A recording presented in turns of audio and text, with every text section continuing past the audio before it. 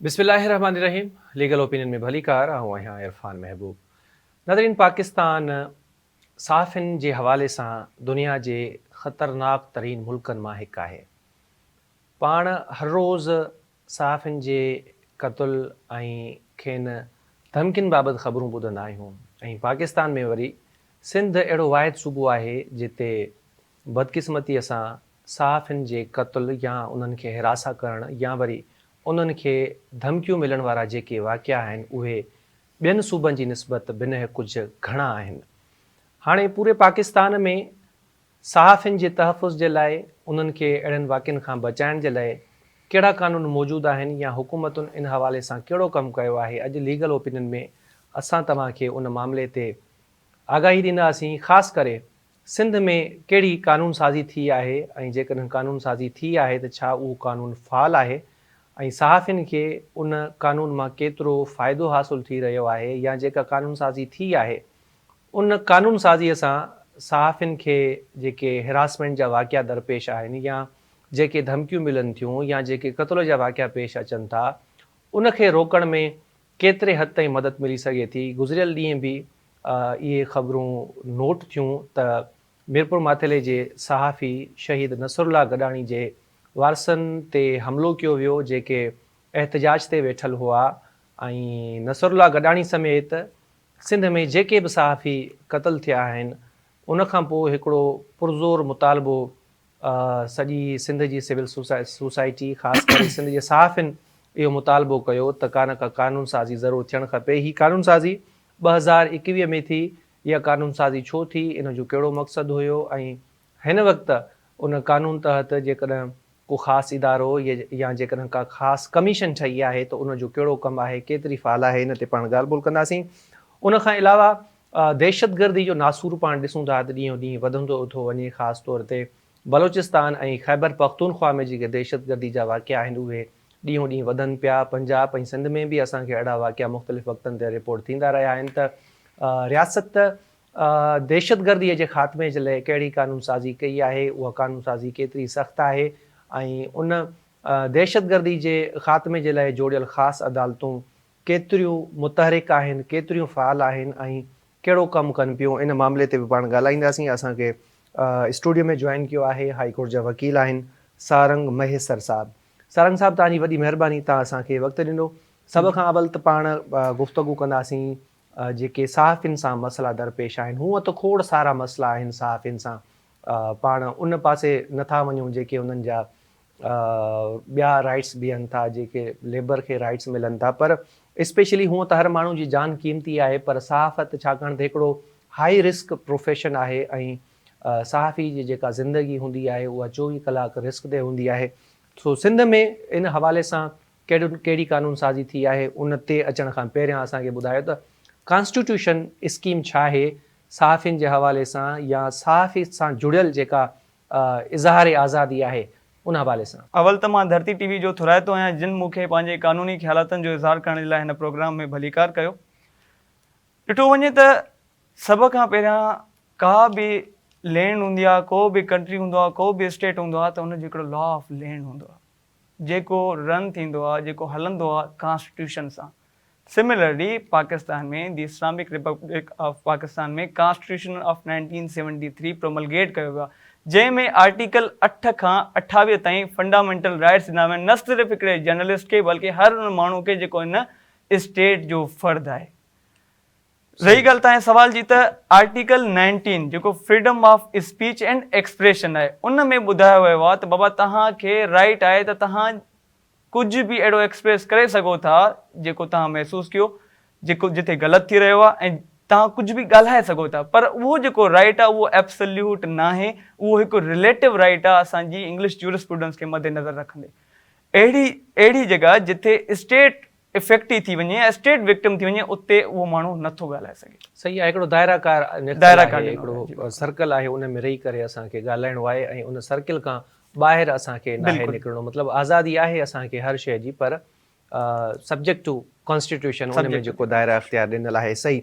अच्छा सर, सिंध में कहिड़ो क़ानून आहे जेको सहाफ़िन जा जेके राइट्स आहिनि उन्हनि खे प्रोटेक्ट करे थो? पाण लेबर साइड नथा वञूं, ठीक, ही ठीक, प्रोफेशनल साइड जेके थ्रेड्स मिलनि था, जेके मर्डर्स थियनि था, या सहाफ़ी जॾहिं पंहिंजूं प्रोफेशनल ड्यूटीज़ सर अंजाम ॾियनि था, त उन विच में जेके हर्डल्स क्रिएट कया वञनि था, उन हवाले सां कहिड़ी कानून साज़ी आहे सिंध में? सर सिंध में 2021 में हिकिड़ो एक्ट पास थियो जेको हिन वक़्तु बि प्रोमलगेटेड ई आहे ऐं हले बि पियो। उन जो नालो the Sindh protection of journalist and other media practitioner act 2021 सही। 2021। अच्छा, इन जो कहिड़ो पर्पज़ आहे, छो ठाहियो वियो आहे इनखे? सर बेसिकली इन जो जेको पर्पज़ आहे त सहाफ़ियुनि जी गैर जानिबदारी खे प्रोटेक्ट करणु, उन जी जेका इम्पार्शियलिटी आहे, फॉर एग्ज़ाम्पल उहे बेसिकली जेको मेन पर्पज़ आहे उन्हनि जी इंडिपेंडेंस खे प्रोटेक्ट करणु। असां ॾिसंदा आहियूं त असां बदकिस्मती सां फॉर एग्ज़ाम्पल कोई बि सहाफ़ी आहे उहो कंहिं माण्हू जे ख़िलाफ़ु लिखे थो, असां डायरेक्टली उन्हनि खे डिफेमेशन ऑर्डिनेंस जे तहत हिकिड़ो लीगल नोटिस मोकिले छॾींदा आहियूं, ठीकु। या वरी पाकिस्तान पेनल कोड जे सेक्शन 499 जे तहत असां उन्हनि ते FIR लॉन्च कराए छॾींदा आहियूं। कंसीडरिंग दिस, असांजा जेके सहाफ़ी दोस्त आहिनि उहे काॾे वञनि, उन्हनि जे लाइ का बि अहिड़ी अल्टरनेट रेमेडी हिन एक्ट खां पहिरियां मौजूदु न हुई जंहिंजा हू मुसलसिल विक्टिम थियनि पिया।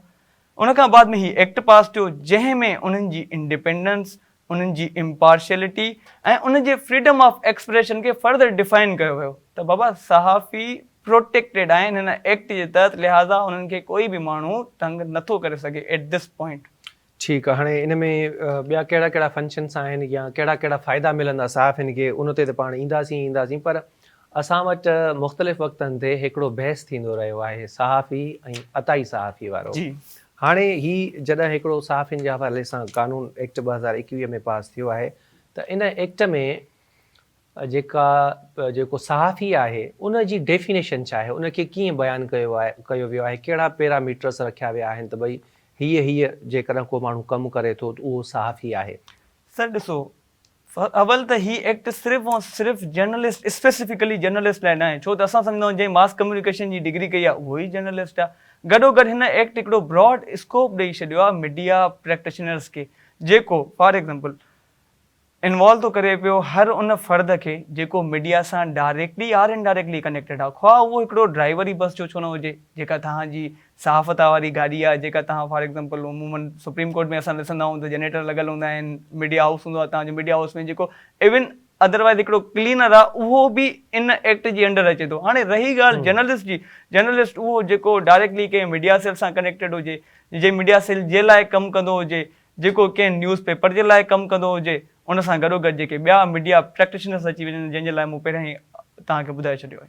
अच्छा, हिकिड़ो ॿियो बि असां वटि तासुर आहे त जेकॾहिं को सहाफ़ी कंहिं TV चैनल लाइ कमु करे थो या कंहिं ABC सर्टिफाइड अख़बार जे लाइ कमु करे थो त उनखे सहाफ़ी लेखियो वेंदो आहे, ऐं अदरवाइज़ जेके न्यूज़ वेबसाइट्स आहिनि उन जे लाइ जेकॾहिं को सहाफ़ी कमु करे थो, कंहिं मैगज़ीन जे लाइ सहाफ़ी कमु करे थो, या वरी कंहिं ऑनलाइन या ऑफलाइन जेके वेब TV चैनल्स हूंदा आहिनि उन जे लाइ कमु करे थो, त उनखे सहाफ़ी न लिखियो वेंदो आहे, त छा उहे बि इन एक्ट में प्रोटेक्टेड आहिनि या उन्हनि खे बि सहाफ़ी लेखियो वियो आहे हिन एक्ट में?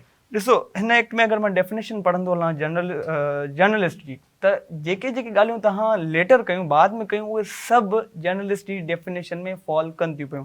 फॉर एग्ज़ाम्पल जर्नलिस्ट जे लाइ ॿुधायो आहे त journalist means any person who is engaged by a newspaper, magazine, news website or other news broadcast medium, radio and television, whether terrestrial, satellite, cable, online or offline, or any other person, हाणे हिते अॻिते तव्हांजो जवाबु आहे, or any other person working on a freelance basis for any newspaper, magazine, news website or other news broadcast medium।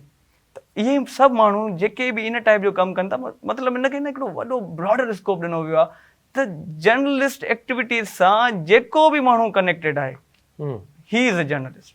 अच्छा, हाणे उन में उहो जेको वेब TV वग़ैरह वग़ैरह उन जो को इशू कोन्हे को? कोई इशू न आहे। हिन कानून में मीडियम कहिड़ो बि हुजे, जेकॾहिं हू सहाफ़ियुनि जीअं तव्हां ॿुधायो त इंगेज आहे त उनखे पाण सहाफ़ी चई सघूं था। उन खां अलावा जेके कैमरामैन आहिनि, जेके एनालिस्ट आहिनि, या इन पूरे प्रोसेस में जेको हिसो बणिजनि था माण्हू, उहे मीडिया प्रैक्टिशनर सॾिबा, उहे बि प्रोटेक्टेड आहिनि हिन कानून जे तहत। अच्छा, हिरासमेंट हूअं त पाण वटि उनजी हिकिड़ी वसी डेफिनेशन आहे, हिरासां करणु जंहिंखे पाण चऊं, हीसाइणु चऊं। हिन कानून में हिरासमेंट खे कीअं डिफाइन कयो वियो आहे? ॾिसो, हरासमेंट हिन कानून में ॾिसो, को बि सहाफ़ी आहे, तव्हां हुनखे चओ था त तूं हिन शइ खे सेंसर कर, हिन शइ खे डिलीट कर, ऐं हुन ते तव्हां कोई बि कोर्सिव प्रेशर था इस्तेमालु कयो, कोई बि मेंटल प्रेशर था इस्तेमालु कयो कंहिं दोस्त ऐं बाब खां, त बाबा हीअ जेका वीडियो तूं अपलोड कई आहे मुंहिंजे ख़िलाफ़ु इहा वीडियो डिलीट कर, it comes under the definition of harassment. सही।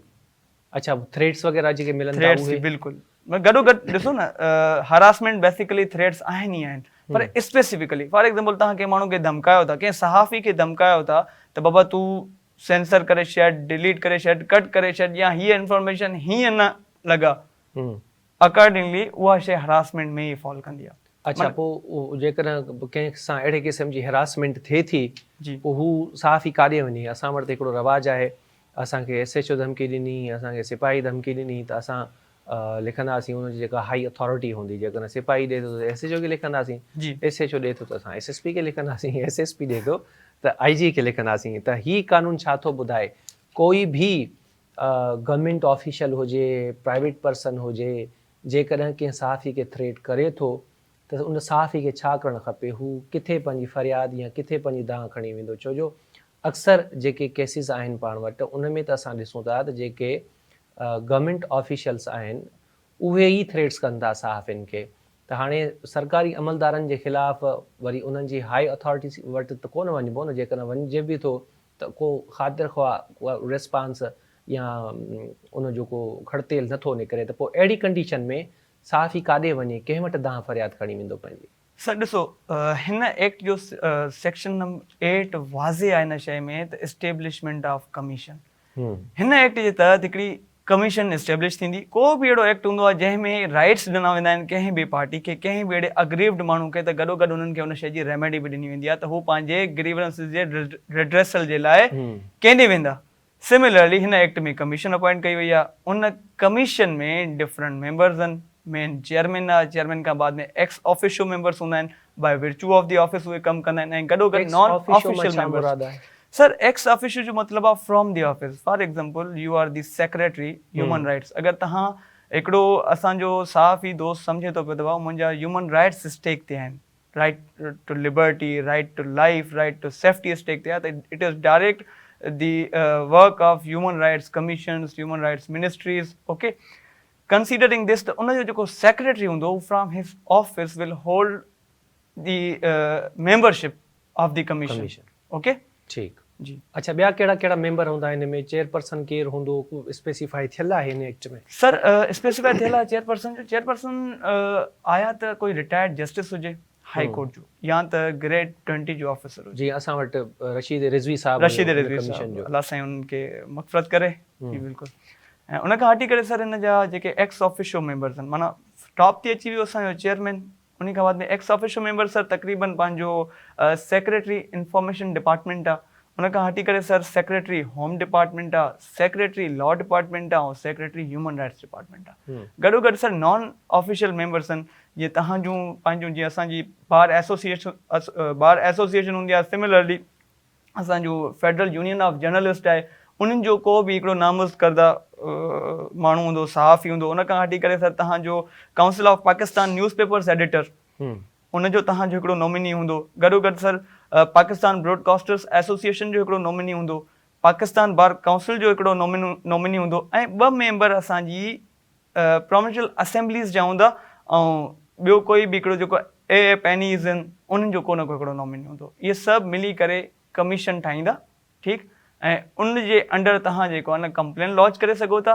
पंहिंजे रिड्रेसल ऑफ ग्रीवेंसेस जे करे। अच्छा, कंप्लेन कीअं लॉन्च थींदी? मां वेठो आहियां थियो फर्स्ट कयो कशमोर कंद कोर्ट में, ऐं मूंखे थ्रेट्स था मिलनि, त पोइ मूंखे छा कराची अचिणो पवंदो, या मूंखे उतां कशमोर खां कराची में TCS करणी पवंदी उहा एप्लीकेशन, या हीअ जेका कमीशन आहे उहा डिस्ट्रिक्ट वाइज़ कमु करे थी, उहा डिवीज़न वाइज़ कमु करे थी? सर, ही ऑनलाइन प्रॉपर हिन जो सेटअप आहे। तव्हां जेको आहे न जीअं फेडरल ओम्बड्समैन में या असां फोसवा वग़ैरह में काई ऑनलाइन कंप्लेन लॉन्च कंदा आहियूं, FIS जी साइबर क्राइम विंग में असां ऑनलाइन कंप्लेन लॉन्च कंदा आहियूं। सिमिलरली हिननि जो पोर्टल आहे, तव्हां हिनखे सर्च कंदो, सर्च करे तव्हां जेको आहे हुन ते कंप्लेन ऑनलाइन ई लॉन्च करे सघो था, ऐं तव्हांखे हू पाण ई राब्तो कंदा कुझु ई ॾींहंनि में।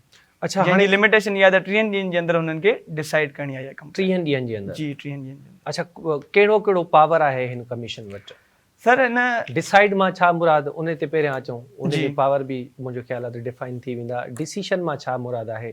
मां बीइंग अ जर्नलिस्ट हिकिड़ी एप्लीकेशन मूव कयां थो against the station house officer, त बाबा हुन मूंखे थ्रेड्स कयो आहे, या मां कंहिं जॻह ते वियो आहियां, उते मां को इंसिडेंट को वाक़ियो आहे उनखे मां कवर थो कयां, फ़र्ज़ु कयूं था जुआ थी हले उते, या काई इलीगल एक्टिविटी थी हले with the illegal permission of SHO या कंसर्न ऑफिशियल्स, ऐं उते उहे ऑफिशियल्स जेके आहिनि पुलिस SHO या काई बि ऑफिशियल उते पहुची था वञनि, उहे मूंखां कैमरा फुरे था वठनि, मूंखां मोबाइल फुरे था वठनि, मूंखे रिकॉर्ड नथा करणु ॾियनि, या मूंखे थ्रेड था कनि, त पोइ मां उहा एप्लीकेशन कीअं मूव कंदुसि, कंहिं ॾींहुं मूव कंदुसि, ऐं जेकॾहिं मां एप्लीकेशन मूव कंदुसि त कहिड़ियूं कहिड़ियूं शयूं आहिनि जिन खे मूंखे नज़र में रखिणो आहे। मां पाण खे क्लेम थो कयां मां सहाफ़ी आहियां, त मूंखे छा इन रिस्पेक्ट ऑफ त भई मां फलाणे चैनल खे, फलाणी TV न्यूज़पेपर खे, फलाणे मैगज़ीन खे मां रिप्रेज़ेंट थो कयां, त मूंखे के सबूत बि उन सां गॾु अटैच करणा पवंदा, या जेको इंसिडेंट फ़र्ज़ु कयो पेश थिए थो, कैमरा में कुझु शयूं रिकॉर्ड थियनि थियूं, उहे बि मूंखे सभु शयूं जेको आहे सो अटैच करे मोकिलणियूं पवंदियूं? सर ॾिसो सभ खां पहिरियां त तव्हां चेयरमैन खे हिकिड़ी ऑनलाइन कंप्लेन लॉन्च करे छॾी, ठीकु।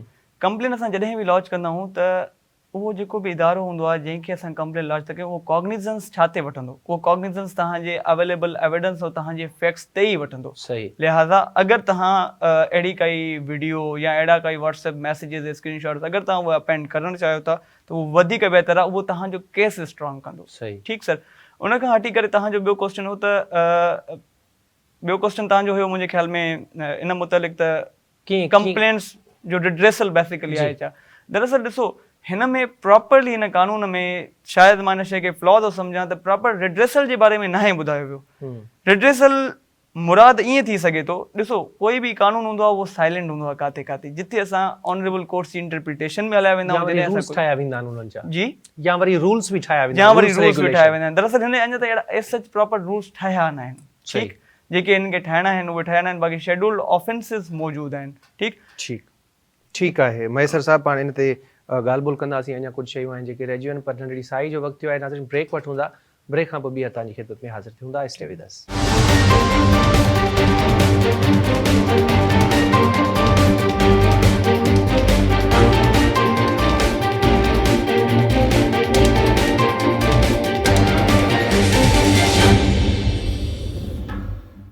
लीगल ओपिनियन में ॿीहर भली कार, ऐं पाण ॻाल्हि ॿोल पिया कयूं सिंध में सहाफ़ियुनि जे तहफ़ुज़ लाइ जोड़ियल कानून जे हवाले सां। इहो कानून केतिरो फ़ाल आहे, या असांजा जेके सहाफ़ी दोस्त आहिनि उहे हिन कानून मां केतिरो फ़ाइदो पिया वठनि। असां वटि स्टूडियो में सारंग महेसर साहब मौजूदु आहिनि, जिन जेको एक्ट आहे the Sindh protection of journalist and media practitioners 2021 उन बाबति ॻाल्हायोसीं पिए। साईं पाण ज़िक्र पे कयो त जेकॾहिं थ्रेड्स वग़ैरह सहाफ़ियुनि सां अहिड़ा के मामला पेश अचनि था त हू एप्लीकेशन हिकिड़ी मूव कंदो टू द कमीशन, जेका the Sindh protection of journalist and media practitioner act 2021 तहत ठही आहे। हाणे हिकिड़ी एप्लीकेशन फाइल थी वई आहे under section 9 of this act.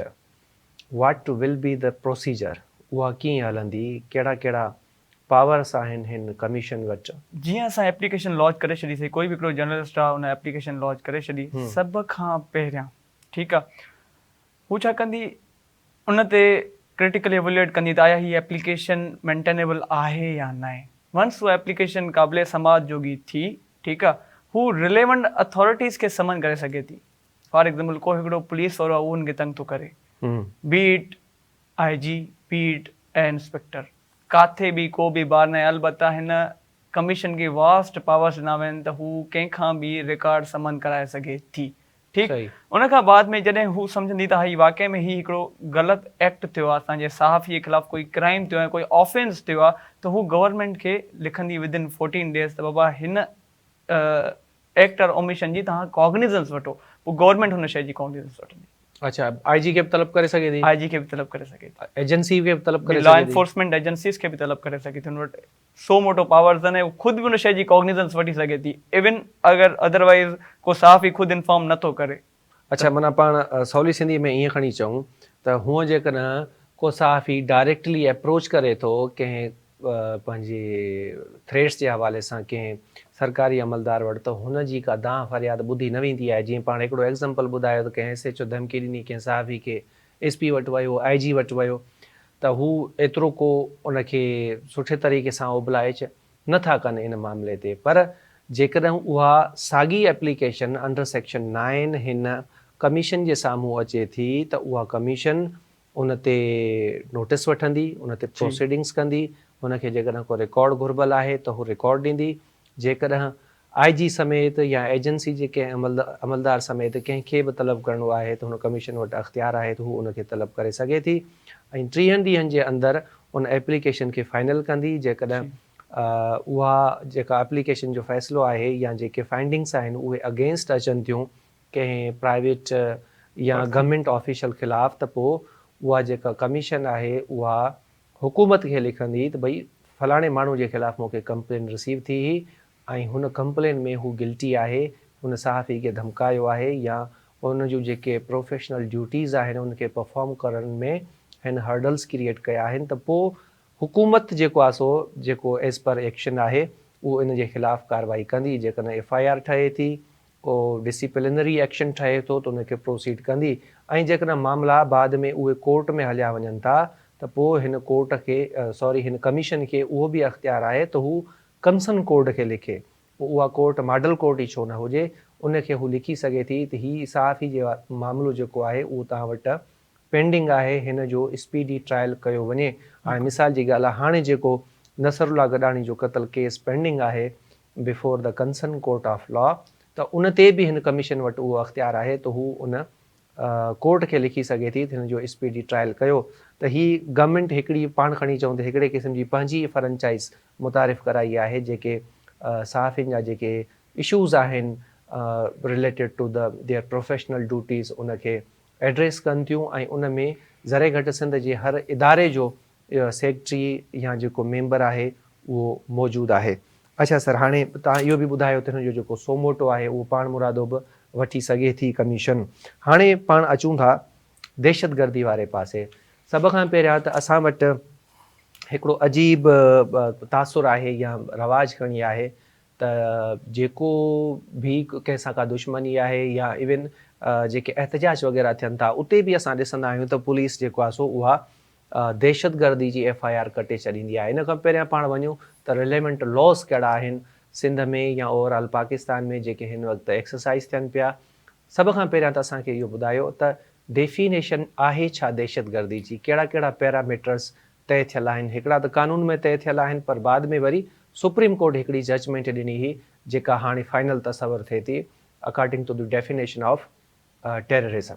Ji sir, हूअं त हिकिड़ी डेफिनेशन जेका एंटी टेररिज्म एक्ट में आहे, बेसिकली जेको कानून आहे उहो एंटी टेररिज्म एक्ट 1997 आहे, ठीकु। उन में डेफिनेशन ॿुधाई वई आहे टेररिज्म जी, उहा हिकिड़ी वास्ट डेफिनेशन आहे। किथे लफ़्ज़ हॉरिफाइंग यूज़ कयो वियो आहे, किथे लफ़्ज़ ग्रूसम यूज़ कयो वियो आहे, किथे मतिलबु डिफरेंट इम्पैक्टफुल वर्ड्स इस्तेमालु कया विया आहिनि। पर इन खे फर्दर जीअं हाणे तव्हां हिकु जजमेंट जो हवालो ॾिनो आसिफ़ सईद कोसर साहिब जी, मुंहिंजे ख़्याल में PLD 2020 सुप्रीम कोर्ट 427 आहे, उन में हिन वाज़े ॿुधायो आहे त उहो कहिड़ो एक्ट आर ओमिशन आहे जेको टेररिज्म खे कॉन्स्टिट्यूट कंदो। उहो वेरी सिंपल आहे, अहिड़ो अमल जेको फियर एंड इनसिक्योरिटी पब्लिक में क्रिएट करे that will amount to terrorism. Simply, very simple. अच्छा, उन में पोइ भले कोई हथियार खणी घुमे थो फर्ज़ कयो, नो उहो नथो अचे। ॾिसो, छो? बेसिक जेका डेफिनेशन हुई टेररिज्म जी, उनखे कनेक्ट करे असां फियर एंड इनसिक्योरिटी खे वठंदासीं। फॉर एग्जाम्पल, को माण्हू मर्डर करे थो, हिकिड़ो मर्डर हिकिड़ो बंदि कमरे में थिए थो। फियर त हाणे ईअं बि आहिनि। हाणे पाण मिसाल था वठूं त हिकिड़ो कमिश्नर आहे, SSP आहे, DIG आहे, उहो जेकॾहिं दौरो करे थो, पाण फर्ज़ था कयूं भई हू ख़ैरपुर अचे थो दौरो करणु, त हुन सां पाण सां ई एतिरियूं गाॾियूं हथियारबंद माण्हू आहिनि त शहर में ऑटोमेटिक हिकिड़ो ख़ौफ़ विराज़ पकड़िजी थो वञे। पोइ छा उहो दहशतगर्दी थी वियो? न, चवण जो मतिलबु त जेका बेसिक डेफिनेशन टेररिज्म जी आहे न, त को अहिड़ो एक्ट माना तव्हां को अहिड़ो अमल कयो था जेको थ्रेटनिंग हुजे। जी सर, पाकिस्तान में जेको करंटली प्रोमलगेटेड कानून आहे उहो एंटी टेररिज्म एक्ट 1997 जो आहे, जंहिंमें टेररिज्म जी जेका डेफिनेशन आहे उहा ॾाढी वास्ट आहे। फॉर एग्ज़ाम्पल, तव्हां को अहिड़ो मर्डर कयो था जेको हॉरिफाइंग आहे, जंहिंखे ॾिसी तव्हांखे हिकिड़ो भउ पैदा थिए थो पियो, ठीकु। फॉर एग्ज़ाम्पल, असां अगरि ॿाहिरि हलूं थोरो तीन तलवार ते हूं, तीन तलवार ते तव्हां जेको आहे न कंहिं गाॾी या कंहिं बि अहिड़ी पॉइंट ते पाकिस्तान में तव्हां कंहिं गाॾी खे साड़ियो था पिया, ठीकु। ऐं गॾोगॾु तव्हांजो तालुक़ु कंहिं अहिड़ी प्रोस्क्राइब्ड ऑर्गेनाइज़ेशन सां आहे जेका पाकिस्तानी लॉ जे तहत ब्लैक लिस्ट थियल आहे, अहिड़े अमल खे टेररिज्म चइबो आहे। वरी अॻिते हली इन खे थोरो लिमिटेड स्कोप ॾिनो वियो आहे। हाणे फॉर एग्ज़ाम्पल, जीअं तव्हां ज़ाती दुश्मनी जो ज़िक्र कयो था आया, त इहो सॼो अमल थिए, ठीकु। फॉर एग्ज़ाम्पल, कंहिं हिकिड़े माण्हू जो पब्लिक में मर्डर थिए थो, जीअं रिसेंटली फहद बुगटी जो मर्डर थियो हुयो फेज़ 6 में, छा उहो बि ATA में फॉल करे थो या नथो करे? उन खां पहिरियां अब्दुल कादिर चांडियो, आई थिंक सो, इहो इशू हुयो दादूअ वारे पासे ते, छा उहा शइ बि इन मर्डर में इन टेररिज्म जी डेफिनेशन में फॉल करे थी या नथी करे? इन खे जेका तव्हां हाणे जजमेंट जो ज़िक्र कयो, उन जजमेंट वाज़े ॿुधायो आहे त जिथे बि पर्सनल एनिमिटी अचे, तव्हां इन सिचुएशन में ATC जी जुरिस्डिक्शन खे इन्वोक नथा करे सघो। उमूमन माण्हू छा कंदा आहिनि, पंहिंजी FIR खे स्ट्रॉन्ग करण जे लाइ ज़ाती दुश्मनी खे ॾिसी करे या ज़ाती दुश्मनी को कंहिंखां इंतकाम वठण जे लाइ उहे डायरेक्ट हलिया वेंदा आहिनि त बाबा न 7ATA जो पर्चो असां लाज़मी कराईंदासीं। दरअसल उहो उन ॾींहुं या अॻिते हली वीक तस्वुरु कयो हूंदो आहे जिथे ड्यूरिंग दी ट्रायल कंहिं बि हिकिड़ी अहिड़ी स्टेज ते इहा शइ कॉन्स्टिट्यूट थी वई त हिननि जी पाण में ज़ाती दुश्मनी हूंदी। पोइ वरी एंटी टेररिज्म कोड खे पावर्स हूंदा आहिनि सेक्शन 23 जे तहत, त उहा उन कंसर्न केस खे कंहिं हिकिड़ी ऑर्डिनरी सेशंस कोर्ट में ट्रांसफर करे छॾे। सर, 97 वारे कानून बाबति तव्हां ॿुधायो पिया, ही फेडरल गवर्नमेंट जो कानून आहे? जी सर, ही फेडरल गवर्नमेंट जो कानून आहे ऐं असांजी सिंध जी लेजिस्लेशन में इनकॉर्पोरेटेड आहे। ऐं इन खां हटी करे ॿियो को कानून एस सच हिन वक़्तु न आहे जेको इनखे सुपरसीड करे। को सूबनि जो कानून त आहे न, हिकिड़ो ई कानून आहे 97 जो जेको पूरे पाकिस्तान में एक्सरसाइज कयो पियो वञे इन रिस्पेक्ट ऑफ टेररिज्म। इन तहत ई पूरे पाकिस्तान में डिफरेंट एंटी टेररिज्म कोर्ट्स कमु करे रहियूं आहिनि। सही। अच्छा, हिननि जूं के ख़ासि अदालतूं आहिनि? जी सर, कराची में इन्हनि जी हिकिड़ी एडमिनिस्ट्रेटिव कोर्ट आहे जेका मोर लाइकली असांजे मैजिस्ट्रेट जा पावर्स इस्तेमालु कंदी आहे रिमांड जा स्पेशली। तव्हां फॉर एग्ज़ाम्पल कराची जी कंहिं बि हद में ATC 7ATA जो मुक़दमो थी थो वञे त तव्हां क्लिफ्टन कोर्ट तव्हांखे पुलिस वठी वेंदी ऐं विदिन 24 आवर्स उनखे उते तव्हांखे प्रोड्यूस करिणो आहे, उते रिमांड हलंदी। जीअं अगरि फिज़िकल रिमांड नथी मिले ऐं तव्हां जुडिशल कस्टडी थी था वञो त पोइ तव्हांजो केस ट्रांसफर थींदो सेंट्रल प्रिज़न, जिथे मोर देन 15 कोर्ट्स हिन वक़्तु कमु करे रहियूं आहिनि। जेल जे अंदरि कोर्टूं? जी, जेल जे अंदरि कोर्टूं कमु करे रहियूं आहिनि। आई थिंक सो हर कोर्ट में तक़रीबन डे टू डे 10 खां 15 केसिस काज़ ते मौजूदु आहिनि। अच्छा, ही कोर्टूं जेके आहिनि डिस्ट्रिक्ट वाइज़ कमु कनि थियूं, डिवीज़न वाइज़ कमु कनि थियूं, या कराची में ई रुगो कोर्टूं आहिनि? सर, ही कराची ही कोर्ट्स लेकिन पूरे पाकिस्तान में आहे। इन्हनि जूं बेसिकली मेन जीअं असां जुरिस्डिक्शन ते ॻाल्हाईंदा आहियूं त टेरिटोरियल जुरिस्डिक्शन हूंदी आहे हर कोर्ट जी। जीअं हाणे कराची में फॉर एग्ज़ाम्पल अज़ीज़ाबाद थाणे जी जुरिस्डिक्शन कंहिं हिकिड़ी कोर्ट खे अची सघे थी, या मल्टीपल 2 खां 3 थाणा कंहिं हिकिड़ी कोर्ट खे तव्हां ॾींदा आहियो।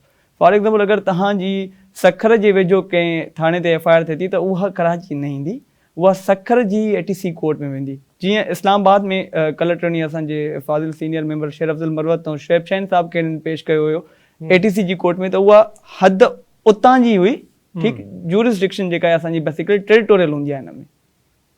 सही। अच्छा, ही जेके अदालतूं आहिनि हाणे इहे सभु जो सभु जेलनि में आहिनि जिते ट्रायल थियनि था?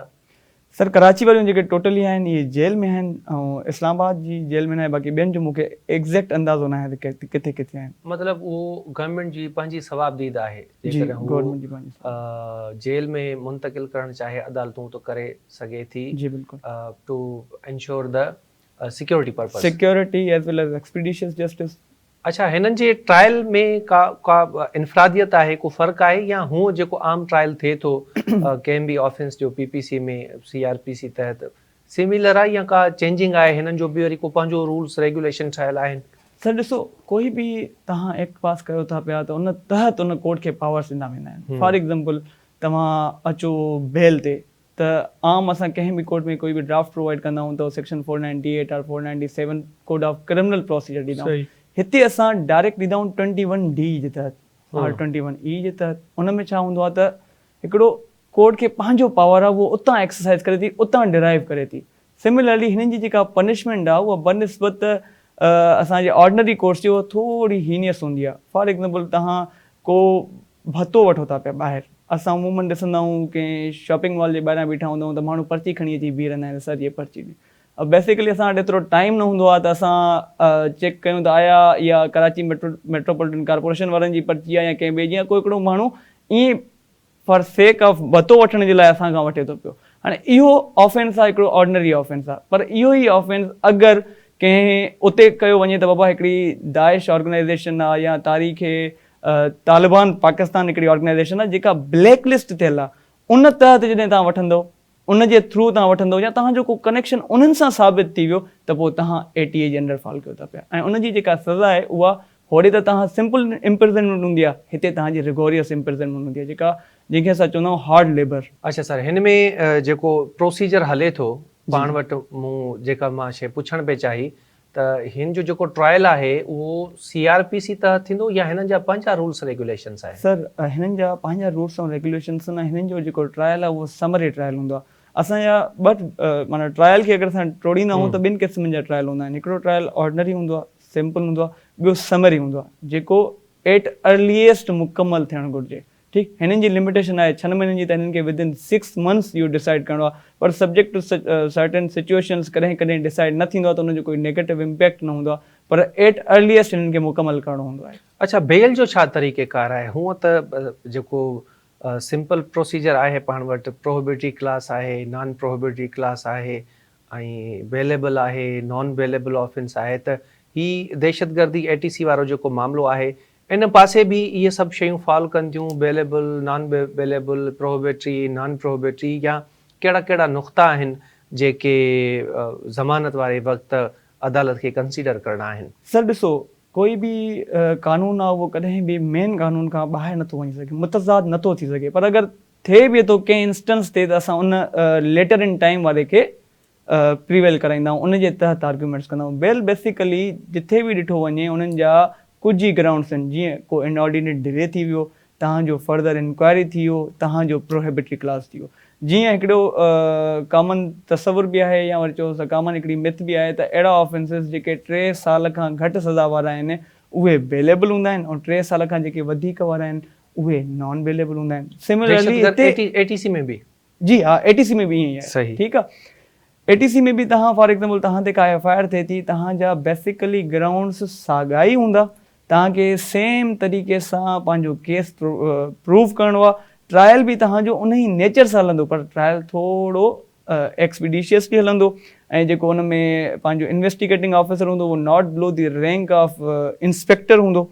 छो त असांजे ऑर्डिनरी कोर्ट्स में फॉर एग्ज़ाम्पल कोई 489F जो केस आहे त हुते ASI बि इन्वेस्टिगेशन कंदो आहे, होॾे इंस्पेक्टर रैंक खां बिलो कोई कोन थो करे सघे। इफ़ नीड बी हिकिड़ी जॉइंट इन्वेस्टिगेशन टीम बि ठही सघे थी, जंहिंमें कंसर्न्ड SP बि इन्वेस्टिगेशन करे सघे थो।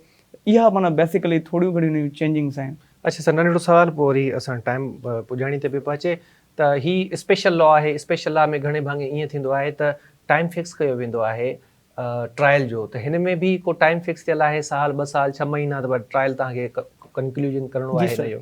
इन में सर 6 महीननि जो टाइम फिक्स आहे। मूं अॻु में बि हिन प्रोग्राम में तव्हांखे अर्ज़ु रखियो त इन केस अगरि इहो मुकमल न बि थिए थो त को इशू न हूंदो आहे, पर कोर्ट ड्यूटी बाउंड आहे त उहो एट अर्लीएस्ट इनखे मुकमल कराए। ठीकु आहे सारंग मैसर साहब, तव्हांजी वॾी महिरबानी, तव्हां असांखे वक़्तु ॾिनो, कोशिशि कईसीं मुख़्तसिर वक़्त में तव्हांखे दहशतगर्दी ऐं सहाफ़ियुनि जे हक़नि जे लाइ जोड़ियल सिंध में जेके क़ानून आहिनि उन्हनि बाबति आगाही ॾियूं। उमेद कयूं था त जेको प्रोग्राम आहे जे लाइ ज़रूरु लाभाइतो साबित थियो हूंदो। इन सां ई मूंखे ॾींदा इजाज़त। इंशाअल्लाह अॻे हफ़्ते वरी हिकु नएं टॉपिक ऐं नएं महिमान सां गॾु हाज़िर थिबो। ख़ुदा हाफ़िज़।